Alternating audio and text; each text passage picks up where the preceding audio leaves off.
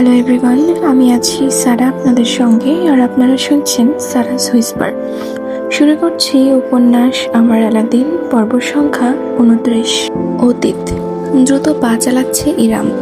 ঘড়ির কাঁটায় রাত প্রায় 10:30।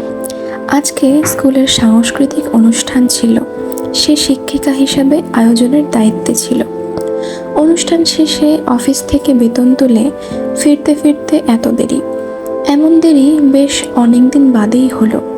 শাড়ির আঁচল মাথায় তুলে ঘোমটা দিয়ে সে এগোলো। এলাকার মুরব্বীগণ এই সময় রাতের খাবার শেষে হাঁটতে বেরোন। মোড়ের টঙের চায়ের দোকানে সিগারেটের আত্মায় মাতেন। আজও তার ব্যতিক্রম নয়। 3-4জন বৃদ্ধ এবং মধ্যবয়স্ক পুরুষদের একটা দল আয়েশ করে চা খেতে খেতে আলাপ করছে। ইরাম রাস্তার অপর পাশ দিয়ে যাচ্ছে।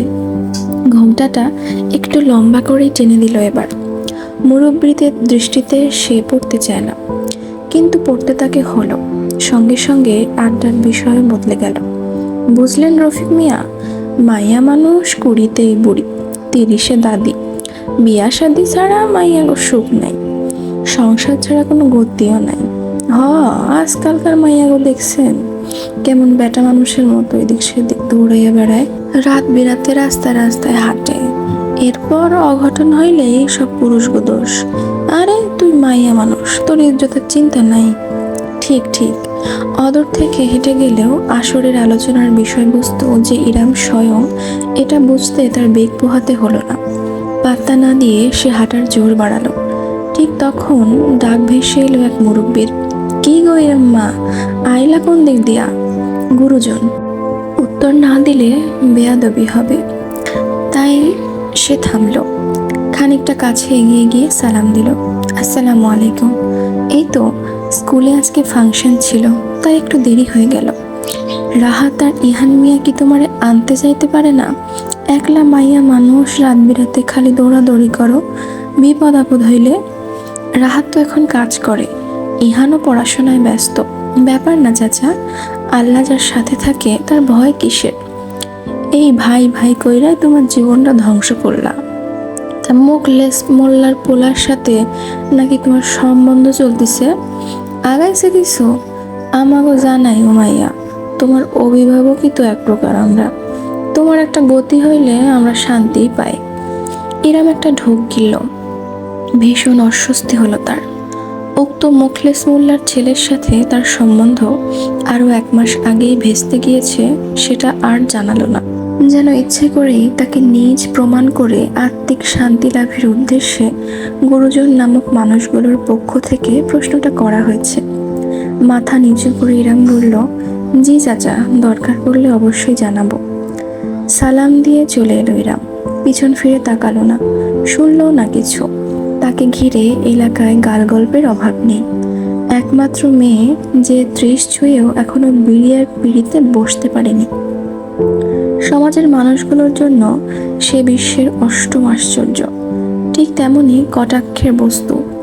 বছর বছর ধরে এসব ইরামের গা শোয়া হয়ে গিয়েছে, এখন আর বুকে লাগে না। এতগুলো বছর যখন একটা পরিবারের পিছনে দিয়েছে, তখন আর কিছুটা সময় ক্ষতি কি?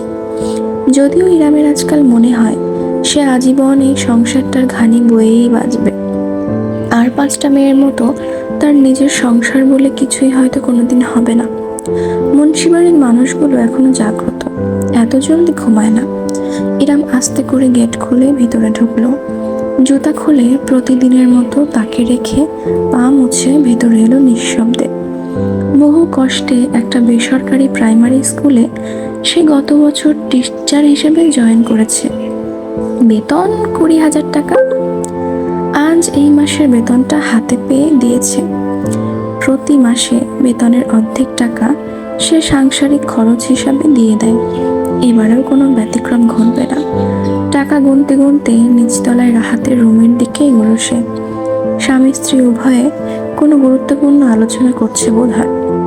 বোঝার চেষ্টা করো, ইরাম আপুকে এভাবে দিনের পর দিন এই বাড়িতে রাখা সম্ভব না। আড়াল থেকে শোনার ইচ্ছা না থাকলেও ইরাম নিজের নামটা শুনে থমকে যায়। রাহাতের স্ত্রী মিথিলা নরম গলায় স্বামীকে বলছে, দেখো রাহাত, আমাকে কুটনি ভাইয়ের বউ ভেবো না। আমি শুধু বাস্তবতা বলছি। আমরা এতদিন একা ছিলাম, সমস্যা হয়নি। কিন্তু এখন আমরা আর একা নই। আমাদের যমজ সন্তান এসেছে দুনিয়ায়। ওদের দেখতে হবে, বড় করতে হবে। আজও ছোটটি আছে বলে বিশেষ প্রভাব পড়ছে না, কিন্তু যত বড় হবে তত আর্থিক আর মানসিক চাপ বাড়বে। আপুর বয়স হয়েছে, সমাজে মানুষ নানা ধরনের কথা বলে বেড়ায়। আপুর নামে ওইসব শুনলে আমারও খারাপ লাগে। উনি এই সংসারের জন্য কম করেননি, কিন্তু দিন শেষে এটা ওনার নিজের সংসার না, আমাদের সংসার। ওনাকে আজ হোক কাল হোক নিজের সংসারে যেতেই হবে। আমিও ভাবছি মিথিলা, তোমার কি মনে হয় আমি হাত গুটিয়ে বসে আছি? বাবা নেই, আমার উপরেই তো দায়িত্ব এই সংসারের। নিজের বোনকে ভালো হাতে তুলে না দিয়ে শান্তি পায় কি করে? কিন্তু কিছু তো হচ্ছে না। আপুর বয়সের জন্য এমনিতেও সম্বন্ধ পাওয়াটা মুশকিল। যাও বা আসছে দ্বিতীয় বিয়ে, আগের বাচ্চা আছে, প্রবাসী, মধ্যবয়স্ক, বৃদ্ধ। আমি কিভাবে এগোই? মিথিলা মাথা ঝাঁকিয়ে ব্যক্ত করলো, তো কি হয়েছে? মানুষ কি দ্বিতীয় বিয়ে করে না নাকি? ওই ছেলেদের সংসার অন্য কোনো মেয়ে করবে না? দ্বিতীয় তৃতীয় বিয়ে কোনো ব্যাপার না, আগের বাচ্চাও ব্যাপার না। আপুর বয়স হিসেবে ঠিকই আছে এসব। এখন তো তুমি কচি ছেলে পাবে না। কচি ছেলেরা আপুকে কেনই বা বিয়ে করবে? অদ্ভুত। তুমি যাই পাও তাই বিবেচনা করে দেখো। শুধু ভালো ঘরের মোটামুটি ব্যক্তিত্ববান ছেলে হলেই হবে? বিয়ের পর এমনিতেও মেয়ে মানুষকে অনেক কিছু অ্যাডজাস্ট করে চলতে হয়, যেমন আমি করছি। ইরাম এমন সময় দরজায় নক করলো, যেন মাত্রই এসেছে। মিথিলা এবং রাহাত উভয়ে নিজেদেরকে সামলে নিল। আস্তে করে ইরাম ভিতরে ঢুকলো, মলিন হাসি মেখে তাকালো। এসে গিয়েছিস ভাই? খেয়েছিস রাতে? হ্যাঁ আপু, খেয়েছি। তুমি যাও, ফ্রেশ হয়ে খেয়ে নাও। মিথিলা যাও, আপুর খাবারটা গরম করে দাও। মিথিলা মাথা নেড়ে স্বামীর আজ্ঞা পালন করতে এগোচ্ছিল। ইরাম তাকে থামালো, একটা হাত তুলে সেখানে 10,000 টাকা রেখে বলল, এই নাও, এই মাসের টাকাটা খরচ করো মন মতো। আর বাবুদের জন্য কিছু লাগলে অবশ্যই আমাকে বলবে। ভাই আমার নতুন চাকরি পেয়েছে, এখনই এত ইনকাম করতে পারবে না। তাছাড়া তোমাদের সঞ্চয়ও তো জরুরি, বলো। আমি গেলাম। আর হ্যাঁ, খাবারটা গরম করতে হবে না তোমাকে, আমি নিজে করে নেব। সারাদিন বাবুদের পিছনে খাটতে থাকো, আজ একটু বিশ্রাম নাও। শুভরাত্রি। আর দাঁড়ালো না ইরাম, উল্টো ঘুরে রুমের বাইরে চলে গেল। সিঁড়ি বেয়ে উপরে নিজের রুমের দিকে উঠতে উঠতে সে ভাবল, মুরব্বীরা ঠিক বলেনি, 30-এ মেয়েরা শুধু দাদি হয় না, মরে যায়।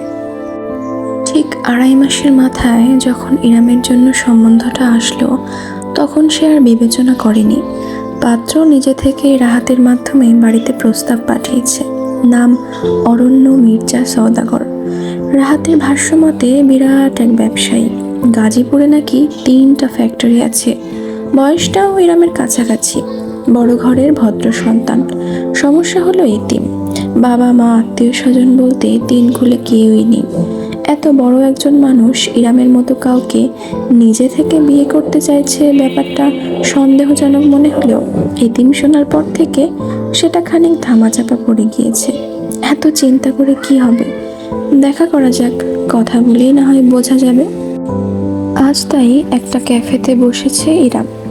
মিথিলার তোড়জোড়ের কারণে হালকা পাতলা সাজাও হয়েছে। ব্লক প্রিন্টের সালোয়ার কামিজ, খোলা চুল আর কাজল টানা চোখ। চেয়ে আছে সে বাইরের দিকে অন্যমনস্ক হয়ে। ঠিক এমন সময়ে কণ্ঠটা কানে এলো তার। কি আছে ওই দেয়ালে, যা জেকে বসেছে আপনার খেয়ালে? এমন কাব্যিক কথা প্রথমবারে ইরামের মনোযোগ আকর্ষণ করে নিল। ঝট করে ফিরে তাকালো সে।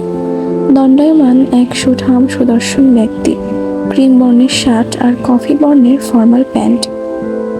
ক্ষণিকের জন্য ইরাম বাকরুদ্ধ হয়ে গেল।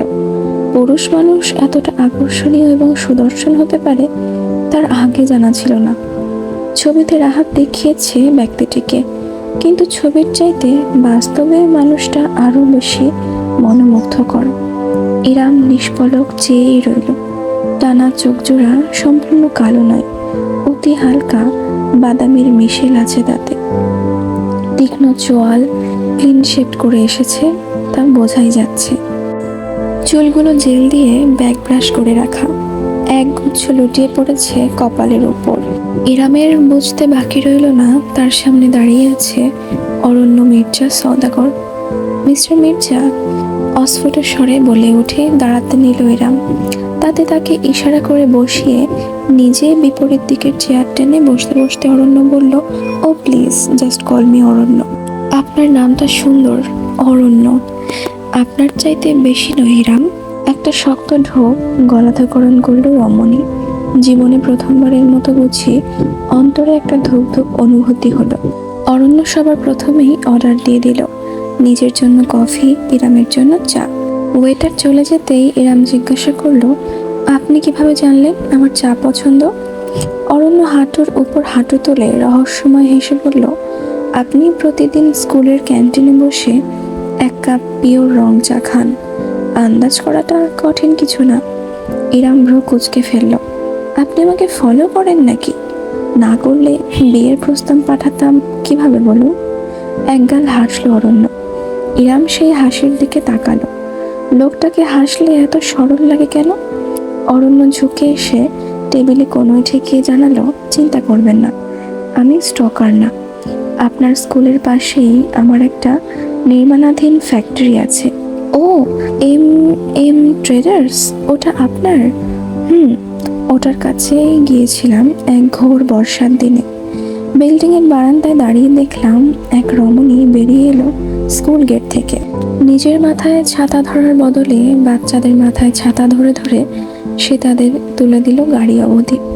অতঃপর ভিজে গেল তার শাড়ি, জড়িয়ে গেল আমার মন, হয়ে গেল চোখে চোখে অন্তরের আলাপন।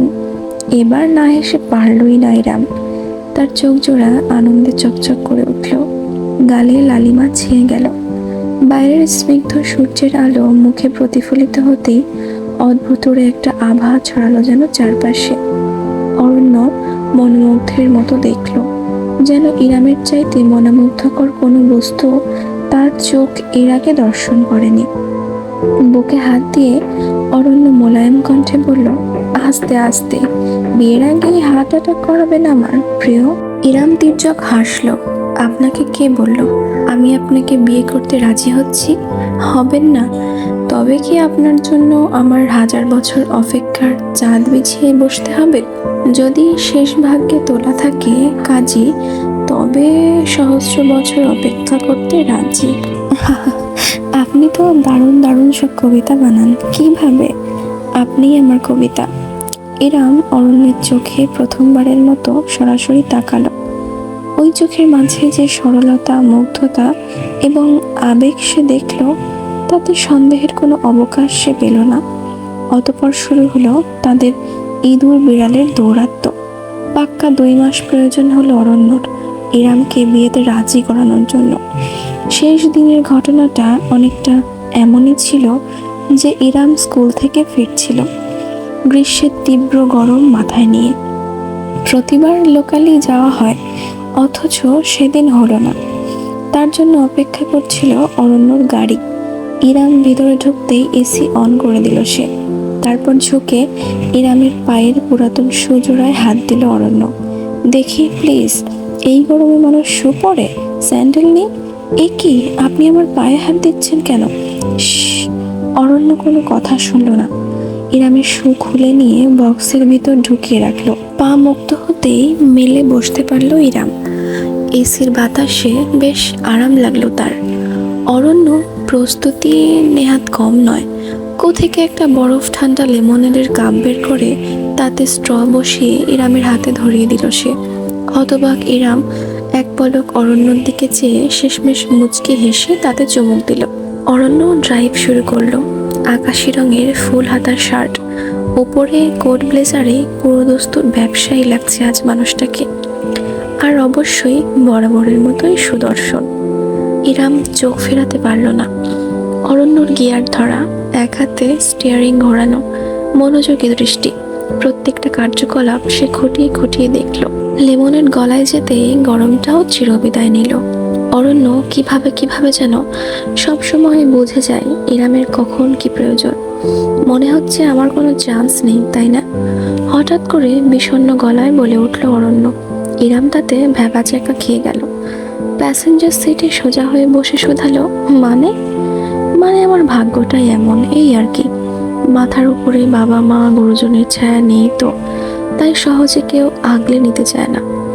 ইরামের বুকের ভেতরটা খামচে ধরল কেউ বুঝি। অরণ্য স্টিয়ারিং ঘুরিয়ে রাস্তার দিকে দৃষ্টি রেখেই বলল, জীবনটা সহজ ছিল না। মানুষ ভাবে টাকা থাকলেই বুঝি সব আছে, অথচ আমার কাছে শান্তিটাই নেই। আপনার জানা আছে শান্তি কোথায় বিক্রি হয়? তবে নিজের জন্য কিনে বাক্স ভরে রাখতাম। কেন যেন নিজেকে রুখতে পারল না ইরাম। অজান্তে নিজের হাতটা গিয়ারের ওপর রাখা অরণ্যর হাতের উপর রাখলো। আপনার বাবা মাকে খুব মিস করেন, তাই না? মলিন হাসলো অরণ্য। না, করি না। ওনারা চলে না গেলে বুঝতাম না দুনিয়াটা কত কঠিন। আত্মীয় নামক কালসাপগুলো সম্পত্তির লোভে কতটা ভয়ঙ্কর হতে পারে, সেটা ওনাদের বিদায় নেওয়ার পরেই বুঝেছি।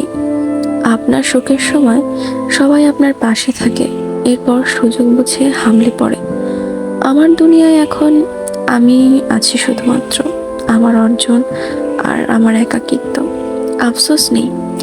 ইরাম নিজের হাতের বাঁধনটা আরেকটু শক্ত করে বলল, এখন থেকে আপনি আর আপনার অর্জন থাকবেন শুধু। একাকিত্বের ভারটা না হয় আমার ওপর ছেড়ে দেবেন। অরণ্য সইতে পারল না, ব্রেক কষে তৎক্ষণাৎ গাড়ি থামিয়ে ফেলল। মাঝ রাস্তায় এভাবে হঠাৎ গাড়ি থামিয়ে ফেলায় আশেপাশের যানবাহন দ্রুত হর্ন বাজাতে লাগলো। চিৎকার চেঁচামেচি শুরু হয়ে গেল, অথচ অরণ্যর কোনো দিকেই খেয়াল নেই। সেই অপলক চেয়ে আছে ইরামের দিকে।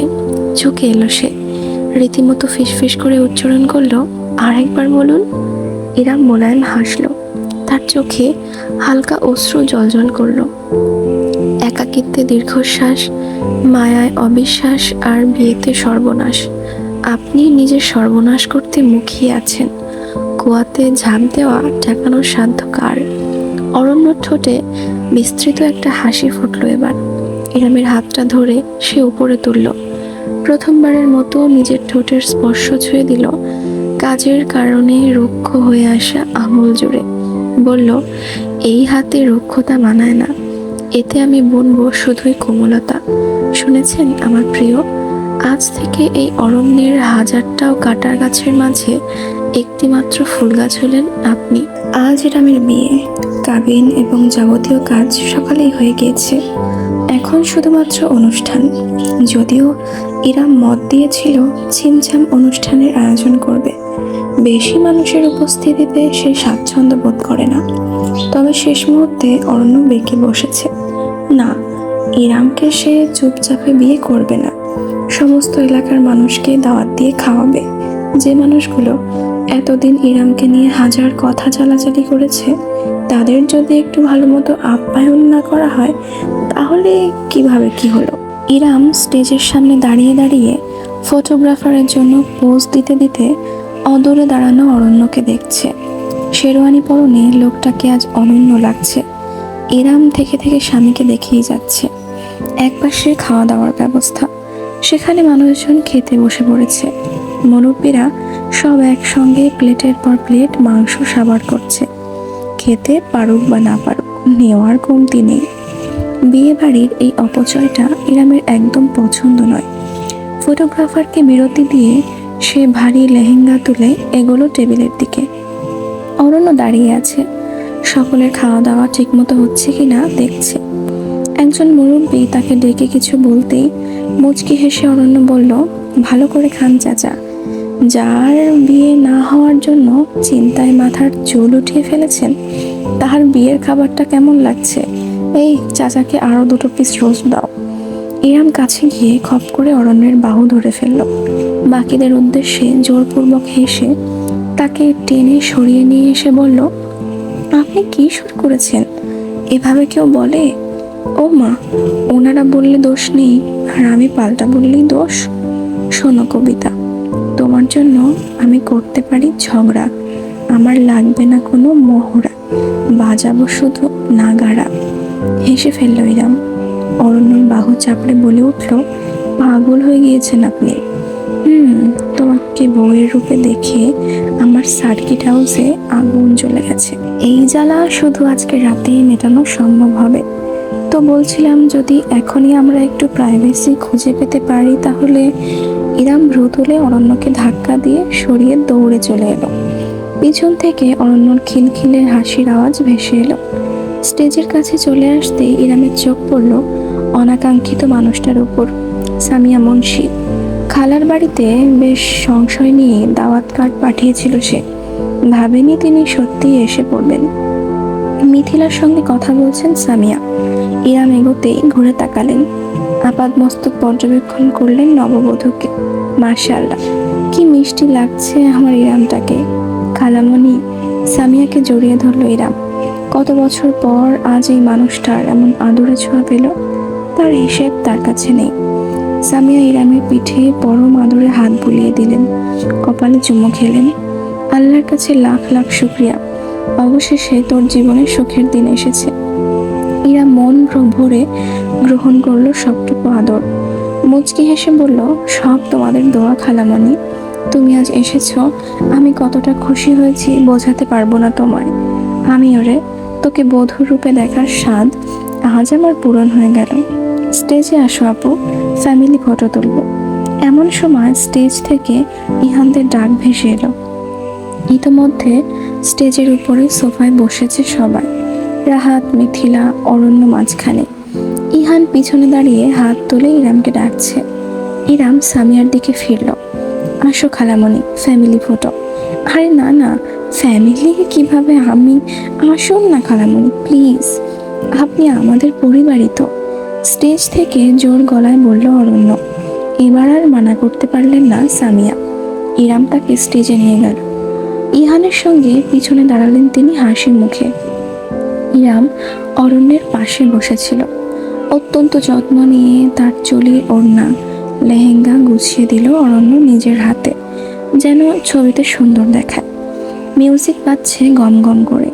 মেহমানের বাচ্চারা এদিক সেদিক নাচানাচি করছে। অনেকে ছবি তুলছে স্টেজের। ফটোগ্রাফার পজিশন নিয়ে দাঁড়িয়ে। এত এত লোক, এত আলোকসজ্জার মাঝে ঠোঁটে বিরাট হাসি ধরে রেখে ইরাম যখন সামনে তাকালো, তখন ভিড়ের মাঝে একটি অবয়বের উপর তার দৃষ্টি আটকে গেল। বহু দূরে মেহমানদের ভিড়ের মাঝে একদম পিছনের দিকে কালো পাঞ্জাবি পরনে এক সুউচ্চ সুঠাম অস্তিত্ব। জলজলে একজোড়া চোখ, ভ্রুর উপরে চকচকে সিলভার পিয়ার্সিং, বুকে দুবাহু বেঁধে তাকিয়ে আছে স্টেজের দিকে। দৃষ্টি জুড়ে অনুভূতিহীনতা, শূন্যতা। ইরাম জমে গেল, নিষ্পলক চেয়ে রইল। ওই গভীর কালো চোখের সঙ্গে তার দৃষ্টি মিলল। অরণ্য নিজের মাঝে ইরামের একটা হাত ধরে রেখেছে। সেই হাতটা কাঁপল খানিক। অস্ফুট স্বরে আপন মনে ইরাম উচ্চারণ করলো, আলাদিন।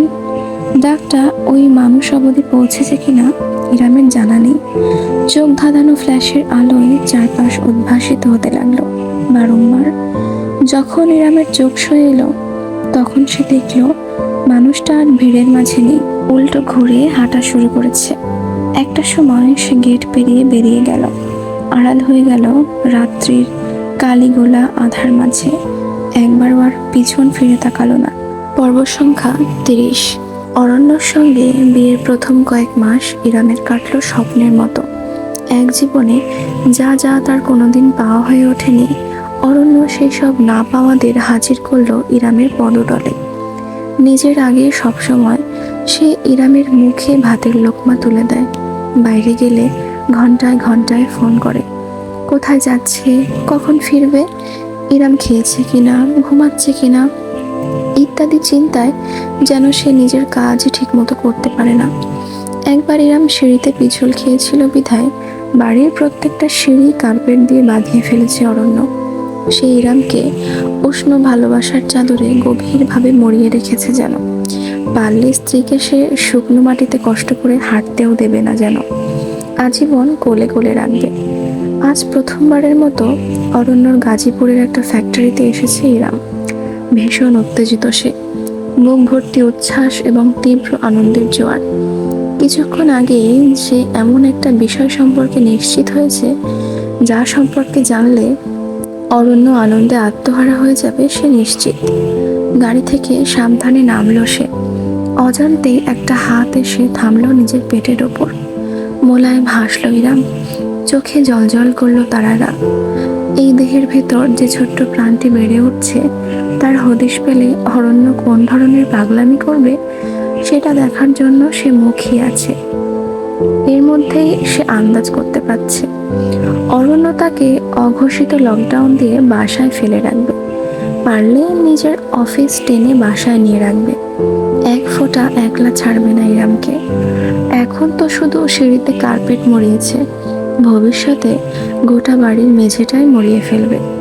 বেডরুমে অবধি সিসি ক্যাম লাগিয়ে রাখবে যেন কিছুতে স্ত্রী চোখের আড়াল না হয়। এমন সব ভাবতে ভাবতে ইরাম মহা উৎসাহে ভিতরে ঢুকলো। কয়েকজন লোক এদিকে সেদিকে হাঁটাহাঁটি করছে। ইরামকে দেখেই একজন এগিয়ে এলো। ম্যাডাম, আপনি এখানে? মুচকি হাসলো ইরাম। অরণ্য কেবিনে? জি ম্যাডাম। স্যার তো মাত্রই সেক্রেটারির সাথে একটা মিটিংয়ের জন্য ঢুকলেন, কাউকে বিরক্ত করতে মানা করেছেন। ব্যাপার না, আমি যাচ্ছি। ইরাম নিজেই এগোলো। লোকটা তাকে 4 তলার কেবিনের ফ্লোর অবধি পৌঁছে দিয়ে বিদায় নিল। বেশ জোরে সোরে হেঁটে এগিয়ে গেল ইরাম। তার আর তরই সইছে না। কেবিনের দরজাটা স্বচ্ছ কাচের তৈরি, স্লাইড করে খোলা বন্ধ করা যায়। ইরামের কাছে গিয়ে হাত দিয়ে এক টানে দরজাটা খুলে ফেলল। উৎফুল্ল কণ্ঠে বলে উঠল, অরণ্য! নিজের চোখের সামনে দৃশ্যটি দেখেও বিশ্বাস করতে বেগ পোহাতে হলো ইরামের। তার হাসিটা মুছল না। এতটাই স্তম্ভিত সে যে অসহায়ের মতো তাকিয়ে থাকা ছাড়া আর কিছুই করতে পারল না। অরণ্যের অফিসের কেবিনের ওপর চিত হয়ে শুয়ে আছে তার সেক্রেটারি। মেয়েটি অর্ধবিবস্ত্র। অরণ্য তার দুপাশে হাত রেখে টেবিলের ওপর ঝুঁকে আছে, যেন ভোজে নেমেছে। মেয়েটির পা দুটো অরণ্যের কোমরে দুপাশে ঝুলছে। উভয়ে জমে গিয়েছে হঠাৎ ইরামের আগমনে। প্রসারিত দৃষ্টি মেলে তাকালো তারা সামনের দিকে। মেয়েটার মুখ চিনে পেতে ইরামের বেগ পোহাতে হলো না। প্রায়ই তাদের বাড়িতে যাতায়াত করে অরণ্য সেক্রেটারি হিসাবে। মেয়েটিকে পরিচয় করিয়ে দিয়েছিল অরণ্য স্বয়ং। আমার ছোটবেলার বান্ধবী, যখন আমার কেউ ছিল না তখন থেকেই ও আমার পাশে আছে। অরণ্যর কঠিন সময় পাশে ছিল বিধায় মেয়েটার প্রতি কৃতজ্ঞতা বোধ ইরামও করত। কোনোদিন দুজনের মাঝে সে অফিসের কথাবার্তা ছাড়া খুব ব্যক্তিগত কিছু বলতেও শোনেনি। বিশেষ করে বিয়ের পর থেকে সেক্রেটারিকে কাজের বাইরে কখনো আলাদা নজরে দেখেনি অরণ্য। অন্তত ইরাম এতদিন তাই জানত, মনে প্রাণে বিশ্বাসও করত। অরণ্য অত্যন্ত সুপুরুষ একজন মানুষ। সে যেভাবে ইরামকে নিজের অতি মূল্যবান সম্পদের মতো আগলে রাখে তাতে সন্দেহের কোনো অবকাশ অবধি পায়নি রমণী। উল্টো এমন কিছু মনে আসলেও সে নিজেকে ধমকাতো। অরণ্য জানলে কি কষ্ট পাবে? তাকে এভাবে অবিশ্বাস করা যায়? ইরাম যা করে এসেছে তাকে বলে অন্ধবিশ্বাস। সেটা সে ঠিক এই মুহূর্তে এসেই অনুভব করলো। ক্ষণিকের জন্য পায়ের জোর হারিয়ে ফেলল ইরাম। দরজা আঁকড়ে ধরার প্রয়োজন হলো তার নিজের পতন ঠেকাতে। সেক্রেটারি মেয়েটা টেবিল থেকে উঠে পড়তে চাইল। শিট, লক তো চাপ দিয়েছিলাম। তাড়াহুড়োয় বোধ হয় ঠিকভাবে চাপ পড়েনি। রিল্যাক্স, আমার এখনো শেষ হয়নি। অরণ্যর কণ্ঠটা অচেনা শোনালো, ভীষণ রকমের অচেনা। ইরাম বিশ্বাস করতে পারল না নিজের কানকে। যেন তার অরণ্য নয়, ভিন্ন কেউ কথা বলছে ওই খোলসের ভিতর থেকে। নিজের অর্ধাঙ্গিনী সেখানে উপস্থিত দেখেও অরণ্য বিন্দুমাত্র পিছিয়ে এলো না, বরং সেক্রেটারি মেয়েটার পা দুটো শক্তভাবে আঁকড়ে ধরে নিজের কোমরে পেঁচিয়ে কাছে টেনে নিল। মেয়েটা গঙিয়ে উঠল, শব্দহীন হাসলো অরণ্য। হেসে যখন পড়েছ, she can just watch how good her husband fucks. Ah! মেয়েটির শীতকারে ভরে উঠল গোটা কেবিন। ইরাম অবিশ্বাস্য নয়নে অত্যন্ত বিভীষিকাময় দৃশ্যটির দিকে চেয়ে রইল। অসহায়ের মতো দেখল কি ভয়ানকভাবে টেবিলটা কাঁপছে। অরণ্যর ঠোঁটের পৈশাচিক হাসি, মেয়েটির গোঙানি তাকে ক্ষতবিক্ষত করে ফেলল। দাঁড়ালো না ইরাম। একটা শব্দ অবধি উচ্চারণ করলো না। উল্টো ঘুরে কাঁপা কাঁপা পায়ে কিছু দূর এগোলো। তারপরে ছুট লাগালো, জোরে জোরে, আরো জোরে দৌড়াতে লাগলো সে, যতক্ষণ না তার বুকটা ভেঙে খান খান হয়ে গেল। আজ 5 দিন হয়েছে ইরাম বাপের বাড়ি চলে এসেছে। ওহ, বাপের বাড়ি তো আর নেই, ভাইয়ের বাড়ি। বাড়ির চিন্তায় তাই আধ শুকনো হয়ে গিয়েছে ভাইয়ের বউ মিথিলা। এত কষ্টে যাকে শেষমেশ বিদায় করা গিয়েছিল, সে আবার ঘাড়ে চেপে বসতে চাচ্ছে। আগে তো তাও চাকরি করতো, সংসারে টাকা দিত। বিয়ের পর তো সেটাও নেই। ঠিকই তো সংসারে মনোযোগী হয়েছিল, তাহলে কি এমন হলো যে হুট করে সব ছেড়ে ছুড়ে এসে হাজির হলো? চিন্তায় রাহাতেরও মাথায় হাত। কিছুতেই ভেবে পাচ্ছে না কি হয়েছে। এরাম কিছু বলছে না, খাবার দিলে খাচ্ছে না, সারাদিন শুধু নিজের পুরাতন রুম লক করে বসে থাকে। গতকাল মিথিলা জোর করে খাবার খাওয়াতে গিয়ে দেখে বাথরুমের শাওয়ারের নিচে বসে আছে। কত ঘন্টা কে জানে, পুরো শরীর শিথিল হয়েছিল। পরে ভাইয়া মিলে ধরাধরি করে বিছানায় এনে গরম তেল মালিশ করে কোনো মতে ঠিকঠাক করেছে। আজকেও অরণ্যর বাড়ি থেকে ঘুরে এসেছে সে। দারোয়ান ফেরেনি, কোথায় আছে কেউ জানে না। ফোনটাও বন্ধ। রাহাত পড়েছে এক মহা বিপকে। বেশ ভালোই ঝগড়া হয়েছে মনে হয়, অবশেষে মন্তব্য করলো মিথিলা। স্বামীকে সে চা পরিবেশন করলো। তাই তো দেখছি, দুলাভাই তো এত শক্ত হওয়ার মানুষ না। আপু বলতে সে তো রীতিমতো অজ্ঞান। অথচ আজ এতদিন আপু এখানে একবারও খোঁজ নিতে আসলো না। মামলা ভালোই ভালোই সিরিয়াস। রাহাত চায়ে চুমুক দিল। মিথিলা একটা দীর্ঘশ্বাস ফেলে সোফায় বসে পড়ল। একেই বলে কপালের নাম গোপাল। তাও যা একটু সুখ আপুর কপালে লেখা হয়েছিল, তাও ওনার কপালে সইল না। এত বড় ঘর, এত ভালো অবস্থা, এত ভালো স্বামী, সব ছেড়ে পাগলের মতো চলে এসেছে এখানে। বলি সংসারে ছোটখাটো ঝামেলা একটু হবেই। তোমার আমার কত হয়েছে, আমি কি কথায় কথায় বাপের বাড়ি গিয়ে হাজির হয়েছি? দুলা ভাইয়েরও তো আত্মসম্মান আছে। বউ এভাবে না জানিয়ে চলে এসেছে। পুরুষ মানুষ, রাগ হওয়াটা স্বাভাবিক। আপু তো মুখই খুলছে না। কি হয়েছে না বুঝলে সমাধান করব কিভাবে? বিয়ের কয়েক মাস যেতে না যেতে আবার এখানে হাজির। সমাজে অলরেডি কথা শুরু হয়ে গিয়েছে। আপাতত তো সবাইকে বেড়াতে এসেছে বলে দমিয়ে রেখেছি, তাই বলে কতকাল রাখবো? আপুকে তুমি বোঝাও ভাইয়া। এমন সময় 2 তলা থেকে ইহানের আর্ত চিৎকার ভেসে এলো। ও ভয়ে ঝট করে ফিরে তাকালো। সিঁড়ির উপর থেকে কাঁদতে কাঁদতে চিৎকার করে ইহান জানালো আপুর গা থেকে রক্ত বেরোচ্ছে। এক মুহূর্ত বসে থাকতে পারলো না কেউ আর। দৌড়ে ইরামের রুমে গেল। সামনের দৃশ্য দেখে না চাইতেও রাহাত এবং মিথিলা জমে গেল। এমন ভয়াল দৃশ্য। ইরাম বিছানার উপরে ছটফট করছে। মলিন চাদর টকটকে লাল তরলে ভেজা। রক্তাভ তরল চাদর চুইয়ে মেঝেতে পড়ছে। আর কেউ না বুঝলেও মিথিলা ঠিকই বুঝলো, সে মেয়ে। সে জানে ইরামের সাথে কি হচ্ছে। হাসপাতাল, জলদি, আপুর পেটে বাচ্চা। মা। মধুর ডাকটা আর শোনা হলো না ইরামের। একদিনের জন্য হলেও যে আশার স্বপ্ন সে বুনেছিল, তিলে তিলে একটা প্রাণকে গড়ে তোলার যে বাসনা তার বুকে লালিত হয়েছিল, যে স্বপ্নের ভবিষ্যতের আশায় শত কল্পনা বোনা হয়েছিল, সেই প্রাণ যেমন নীরবে এসেছিল তেমন নীরবেই চলে গেল, ইরামকে শূন্য করে দিয়ে। তার গর্ভের ভ্রূণ এক পরিপূর্ণ প্রাণের স্বীকৃতি লাভের আগেই বিদায় নিল লম্পট এক দুনিয়া থেকে। একদিক থেকে ইরাম তৃপ্ত। এই কলুষিত দুনিয়া একটা সুস্থ প্রাণ লাভ করার অধিকার রাখে না। হাসপাতালের বিছানায় চুপটি করে বসে আছে ইরাম। কোনো নড়াচড়া নেই, একদম পাথরের মূর্তি। এক সময়কার উজ্জ্বল মুখটা ফিকে হয়ে এসেছে, রুক্ষ হয়ে উঠেছে ত্বক যত্নের অভাবে। চোখের নিচে গাঢ় কালি, একটা হাত পেটের ওপর। আজকাল সে এভাবেই বসে থাকে, এভাবেই ঘুমিয়ে পড়ে, এভাবেই অনুভব করে শূন্যতাকে। হাসে না, কাঁদে না, কোনো অনুভূতিই আর হয় না। চোখ জোড়া শুধু পাথরের বলের মতো একদিকে উদাসীন হয়ে চেয়ে থাকে।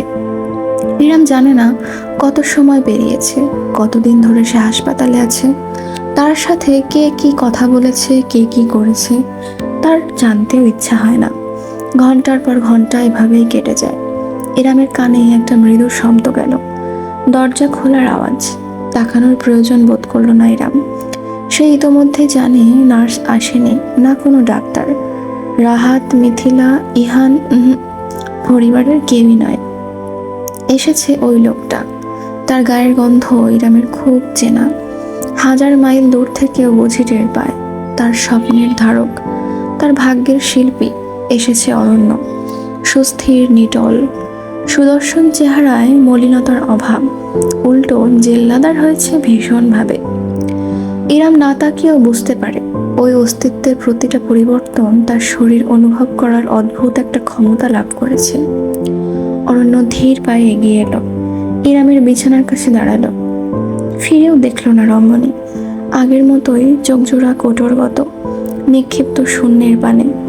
অরণ্য ফর্মাল প্যান্টের পকেটে দুহাত রেখে এক নাগাড়ে ইরামকে দেখল।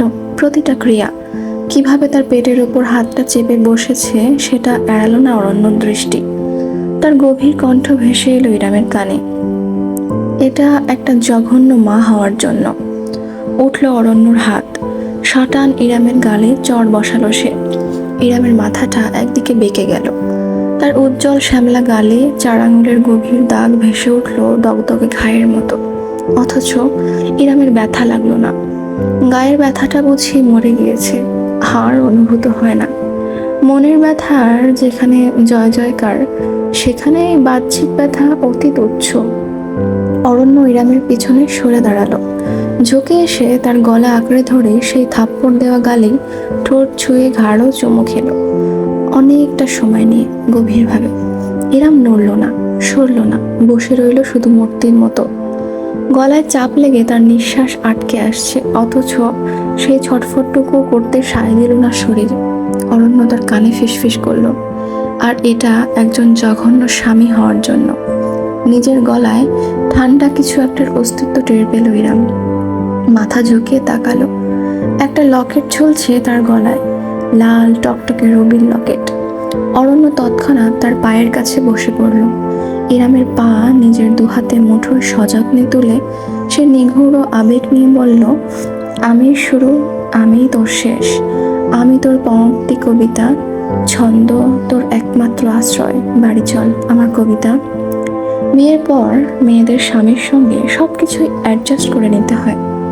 স্বামী বিবাহিত রমণীর একমাত্র গতি। স্বামী বেচারা পুরুষ মানুষ, একটু আধটু এদিক সেদিক ঝুঁকবেই। বউকে তাই তাকে নিজের আঁচলে বেঁধে রাখতে হবে শক্তভাবে। সব অপরাধী স্বামীর ক্ষেত্রে ক্ষমার যোগ্য, কারণ সে না দেখলে সমাজের আর কেউই বউকে দেখবে না, আপন ভাইও না। তার সে অপরাধ যদি হয় পরকীয়াও। যদিও অরণ্যর ভাষ্যমতে সে পরকীয়া করে না, কারণ পরকীয়ার অর্থ ঘরে বউ রেখে বাইরের দ্বিতীয় কোনো রমণীর সঙ্গে ভালোবাসার সম্পর্ক রাখা। কিন্তু সে তো ইরামকে ছাড়া কাউকে ভালোবাসে না। বাইরের সবাই শুধু শরীর, ভোগের শরীর, আনন্দের আধার। এক স্ত্রী বাদে অন্য কোনো রমণীকে সে কোনোদিন দ্বিতীয়বার ভোগ করেনি। তাহলে এটা পরকীয়া কিভাবে হয়? ইরাম শুধু শুনে যায় আজকাল, জবাব আর দেওয়া হয়ে ওঠে না। স্বামীর সঙ্গে একটু আধটু মানিয়ে চলতে হয়। স্বামীর সঙ্গে একটু আধটু মানিয়ে চলতে হয়। স্বামীর সাথে একটু আধটু মানিয়ে। মনে পড়ে না ইরামের আর।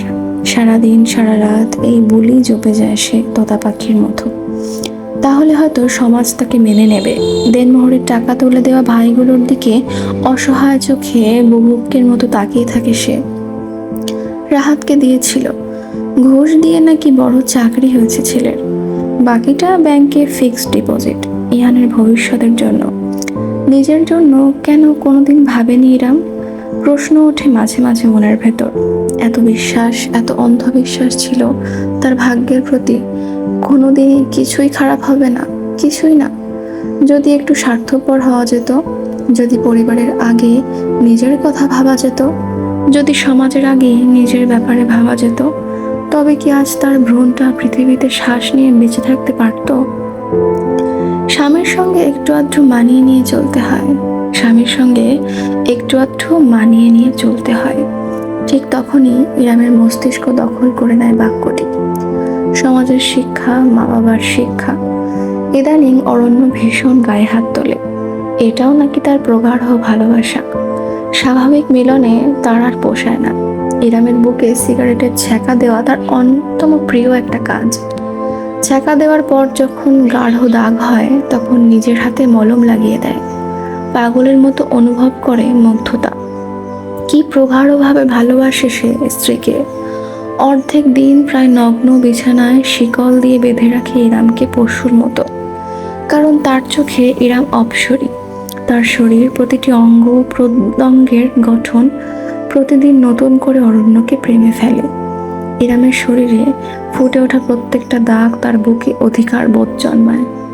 অতি যত্নে সে নিজের দেওয়া দাগের উপর বরফ ঘষে দেয়। এত তীব্র ভালোবাসা কেউ 1000 বছর অপেক্ষা করলেও পায় না। আর ইরামের মতো কেউ কেউ না চাইলেও পেয়ে যায়। ইরামের বাইরে যাওয়া মানা, ভাইদের সাথে যোগাযোগ করা মানা, কোনো পুরুষের দিকে তাকানো মানা, রুম থেকে বারান্দায় যাওয়া মানা।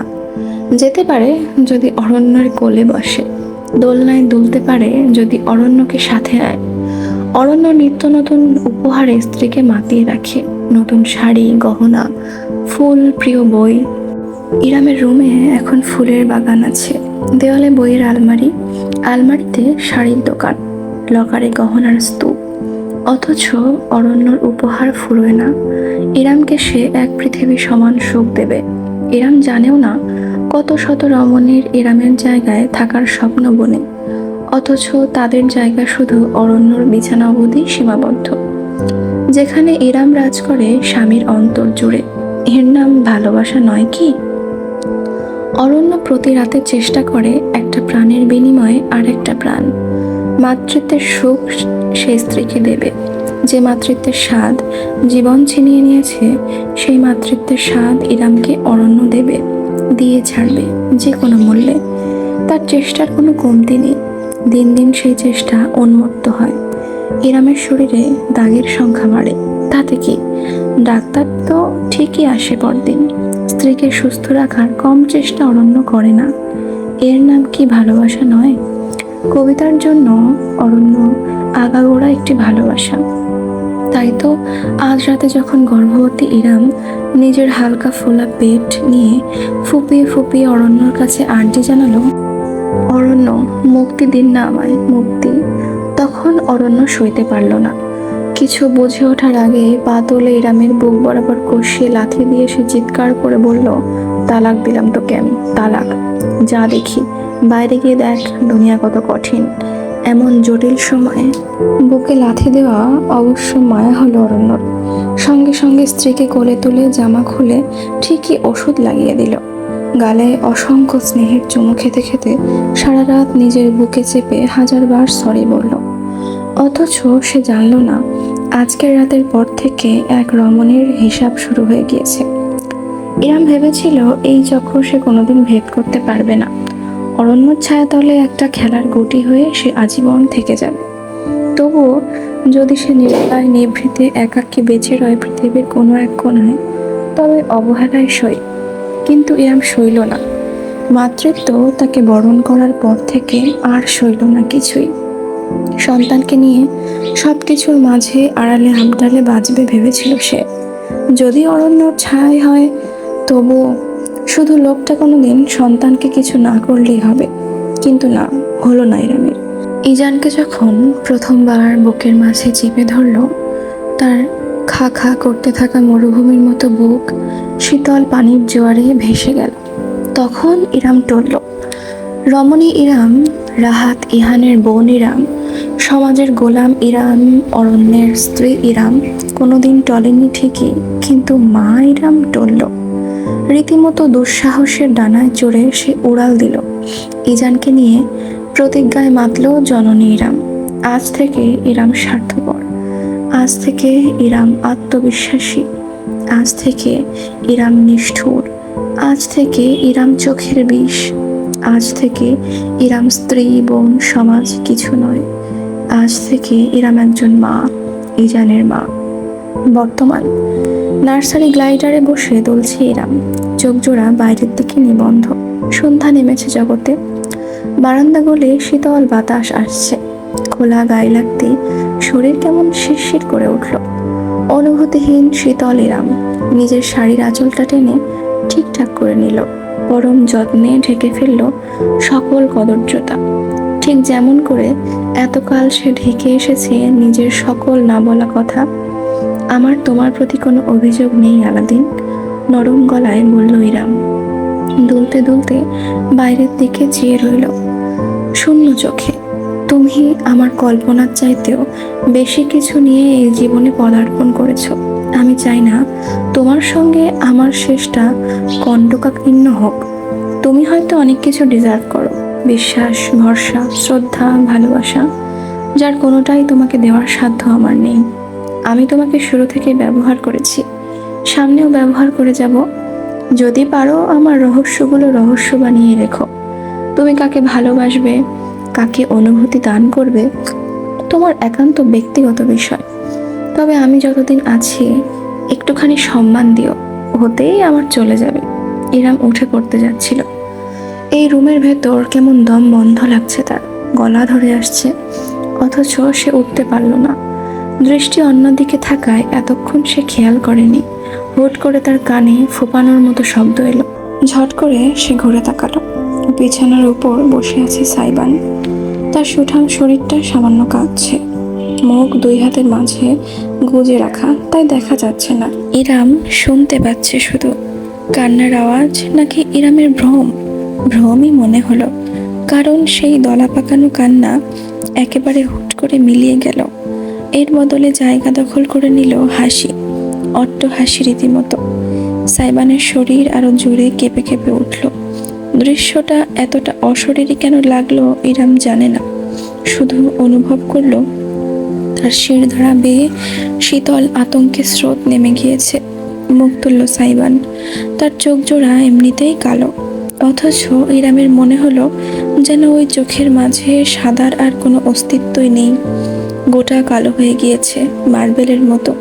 হাসছে সাইবান, তার ঠোঁটে মাখা বিস্তৃত হাসি, ঠোঁটের কোণ বেয়ে গড়িয়ে নামা হালকা লাল তরল। রক্ত নাকি? স্তম্ভিত হয়ে গেল ইরাম। গিরগিটিও বুঝি এত দ্রুত রং পাল্টায় না, যত দ্রুত সাইবানের চেহারা পাল্টালো। বিষণ্ণতা, বিনোদন, অতঃপর শুধু কালো। ঘর ঘরে একটা অমানসিক কণ্ঠস্বর প্রতিধ্বনিত হলো গোটা রুম জুড়ে। কঠিন দুনিয়া দেখে ফেললে আর এবারে কি কাজ? প্রথমে 3.5 হাত মাটি, তারপর জাহান্নাম দেখা হোক আজ।